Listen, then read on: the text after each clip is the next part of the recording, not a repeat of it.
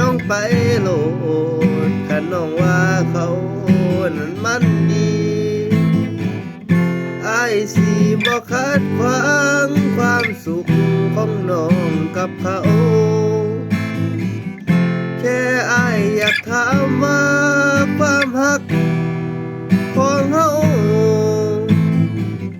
น้องเห็นมันเป็นแค่เรื่องเล่นๆสันบ่นางอ้ายบ่มีค่าพอดอกนางบ่ต้องปลอบใจเฮ็ดดีเท่าใดน้อ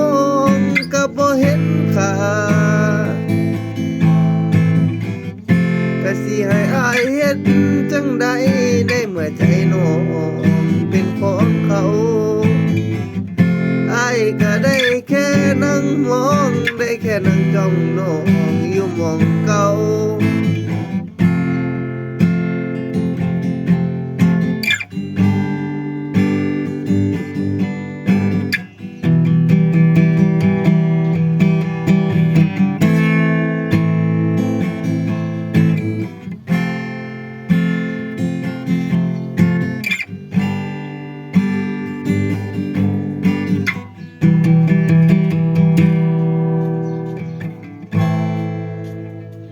ฝากกดไลค์กดติดตามกดแชร์กดคอมเมนต์นะครับแล้วไอ้บุ้ยค่ะ